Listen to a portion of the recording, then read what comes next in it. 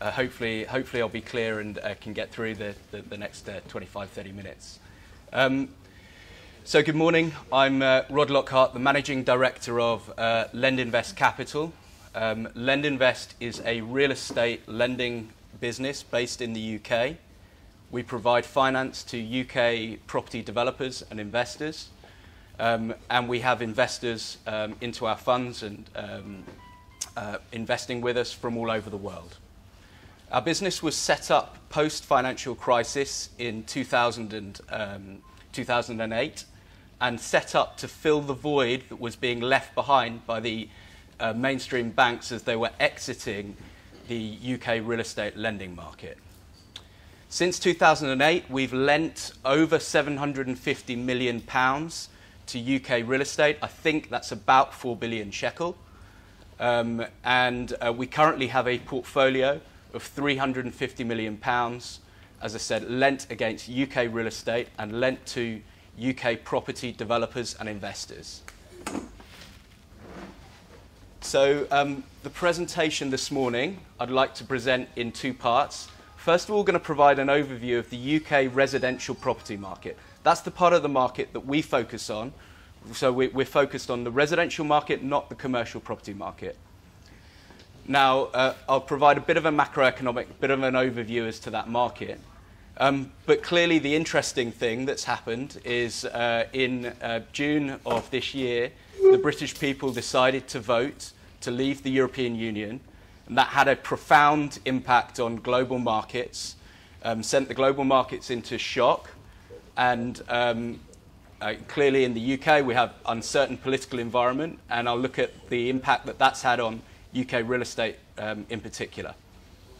And then finally pick up on the current funding position. So what are the funding opportunities available for small, medium sized property development and investment companies in the UK? Then second part of the presentation, my colleague Carl, who's flown over from London just for this presentation this morning, is going to pick up and talk for a few minutes about our business. But I think probably most important to you, actually provide a case study of the type of lending that we actually do. So why does our fund, why does our company exist, and what are the types of projects that we're lending to? So in the UK, we have a major housing crisis. The government estimates that we need to build, on average, 300,000 new housing units each year. And during 2015, we built less than half of that number. This is a major issue that hasn't been going on for 1 or 2 years. This has been going on now for decades. We have a major supply issue in the UK residential property market. On top of that, we're expecting the population of the UK to continue to increase, and projections are expecting the population to be 70 million by 2027. So this continued lack of supply, if not addressed now, will be compounded even further over the next few years. So I think this all you say it's all United Kingdom? All United Kingdom. Now, of course, the problem is worse in London and the South East, where the economic development has been greater. So, of course, in the UK, reflecting the rest of the world, we've had urbanisation, we've had the growth of major cities, and London has been the main at the forefront of this urban growth. And the population of London is now back to the highest it's ever been, and continuing to grow quickly. Now, this chart actually shows how we are currently failing to deliver supply. It's not particularly clear on the end, but just here you can see in 2015 the number of houses that we actually delivered. I think what's quite interesting is that we're delivering most of the supply of housing from private companies. And if you look historically at the graph, you'll see that traditionally the public sector, post-war, the public sector really drove the delivery of the residential supply of housing in the UK. And we've completely failed to deliver with the current private sector developers this housing supply that's necessary to meet this economic growth. So what are the issues? Well, in the areas of where the growth's the greatest, so in the London and the southeast, we have a shortage of land and appropriately priced land. We have a zoning restriction regime in the UK which is prohibitive. It can take years to bring forward a major residential development site. We also have skill shortage. That's not just construction. So on the construction side, we've had access to the European labour pool, but we also have a skill shortage of developers. We have a skill shortage of entrepreneurs willing to risk their capital and bring forward developments. And then the final piece that's been missing, and this is particularly missing for the small and medium-sized developers, has been a lack of finance. And that's a problem that's existed post-crisis, which I'll come on to. So what has that demand and supply situation created for the UK house pricing position? Well, clearly with a strong demand or growing demand and an inability to provide new housing, we've had a scenario where over the long term house prices have risen hugely across the UK. You'll see actually from the chart the relative speed at which the house price crash in 07-08 recovered across the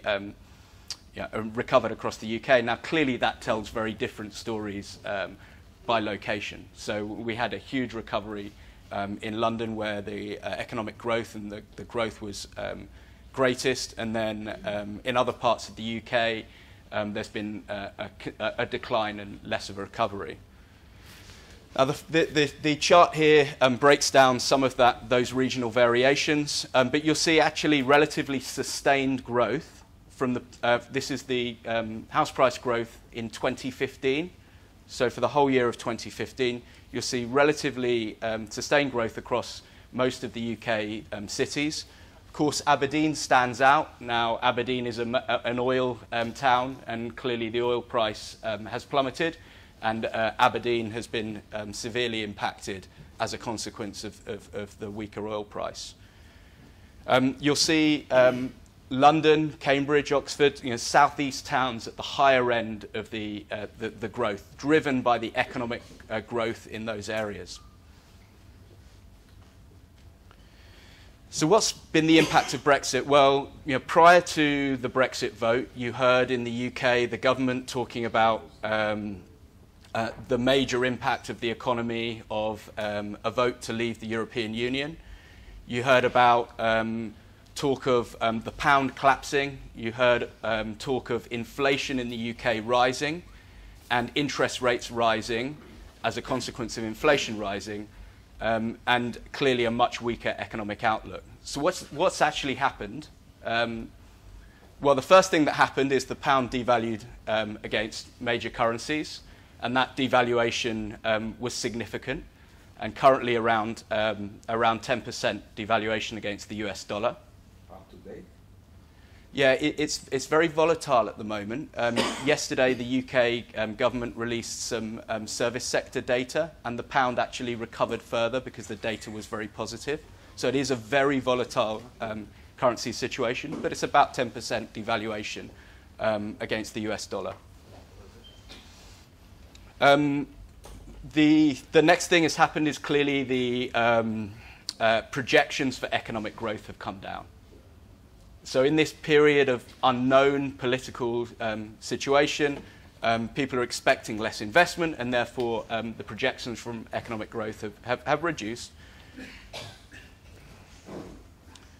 But at the same time, we've had quite an aggressive response from the Bank of England. The first thing they've done is cut the interest rate to its all-time low. They've returned to quantitative easing. So we were fortunate in the UK in that quantitative easing had been paused for a number of years, unlike continental Europe, where they've been continuing over recent times. Quantitative easing had paused, but we've had a restarting of the quantitative easing campaign. And we've had an expansion of that campaign to allow the acquisition of corporate debt. And the final thing the Bank of England has done is to relax controls on the banks to encourage lending to UK businesses. So what's been the impact so far? Well, the FTSE, the main market, is on a 12-month high, so there's been, to be honest, very little impact so far there. But of course, the FTSE is major global companies. A lot of their revenue isn't necessarily driven from UK business. And of course, we've had the adjustment in the exchange rate as well, in the currency rates as well. So it potentially hides a little bit of the story. But if you look beyond that, we've had strong jobs data, we've had strong manufacturing data. Yesterday, we had strong service sector data. And we're also continuing to see relatively strong property data. So what does it look like for UK property? Well, I'm going to focus on London because it's the main part of the market that we operate in. But it's also the bit that's probably talked about the most in the UK property market. Now, this graph shows the change in property prices for the 12 months to the eve of the vote. So, unfortunately, what it would be great to see is the 12 months post-vote, but this is the 12 months to the eve to the start of the vote. And I think this starts to tell you the story of the London property market, irrespective of the Brexit vote. So the winners, where has most of the growth in the London property market actually been? Brent? I don't know if any of you know Brent, but Brent is North London and one of the outer boroughs of London. Bexley, so this is southeast London, again an outer borough of London. Hounslow, West London, an outer borough of London. Enfield, North London, an outer borough of London. So we've seen major price growth in the period to the year to the vote in the major parts of outer boroughs of London. And that's driven by everyday people not being able to afford to acquire and live in property in the central areas of London, and a price disparity between central London and the outer boroughs. So where have the losers been? Well, the City of London. Kensington, Chelsea, Hammersmith and Fulham. So these are the what you would classify as the prime central London residential areas. And they were actually the losers that were in decline in the 12 months to the vote. So I think if we think forward and look forward to where we're going to be a year from the vote, I think we see this continued trend. So what you're going to continue to see is the prime areas of London repricing, and the outer areas of London continuing a relatively stable growth as we move forward. So I think overall the position for London will look fairly positive, but it will tell a completely different story with different parts of the London property market going through quite significant price correction. So what's the current funding position for UK property? Well, annual mortgage lending or lending to real estate in the UK has continued still some way off its peak in 2007. Now, 2007 we were in a period of incredibly cheap debt and huge amounts of debt being available. So the securitization markets were flying. I don't think anyone anticipates a return to that level of free available debt, but we're still some way off the total outstanding lending to UK property. Now, what's happened really is that bank lending has contracted sharply. That's been driven by their cost of compliance, UK regulation, European regulation, and global regulation. The capital buffer rules that they now have to comply with mean that their ability to lend to UK property is constrained. And we believe we've seen a permanent reduction in bank lending as a consequence. So what's actually happened in the UK? Well, we've seen the rise of alternative finance providers. So these are non-bank lenders, and we would classify ourselves as one of the non-bank lenders. This specifically looks at lending to UK property developers. So it's specifically lending to UK property developers, which is one of the areas that the banks have most withdrawn their lending from. And you'll see clearly over the last 3 years, significant market share being picked up by the alternative lenders. So I'm going to let Carl now come and talk a little bit about Lendinvest and what we're doing at Lendinvest, but also provide a specific example of the types of lending that we're doing. Do you have a chart of the prices in London 2007 up to 2016, the drop, the big drop, and then how? Not specifically in London. What you saw in London, which was very interesting, was a big drop, but a very, very quick recovery. I know, but did we overcome the 2007? Yeah, so London is priced significantly ahead of where it was in 2000. So it's really high, the prices. Yeah, but it's higher than it was in 2007.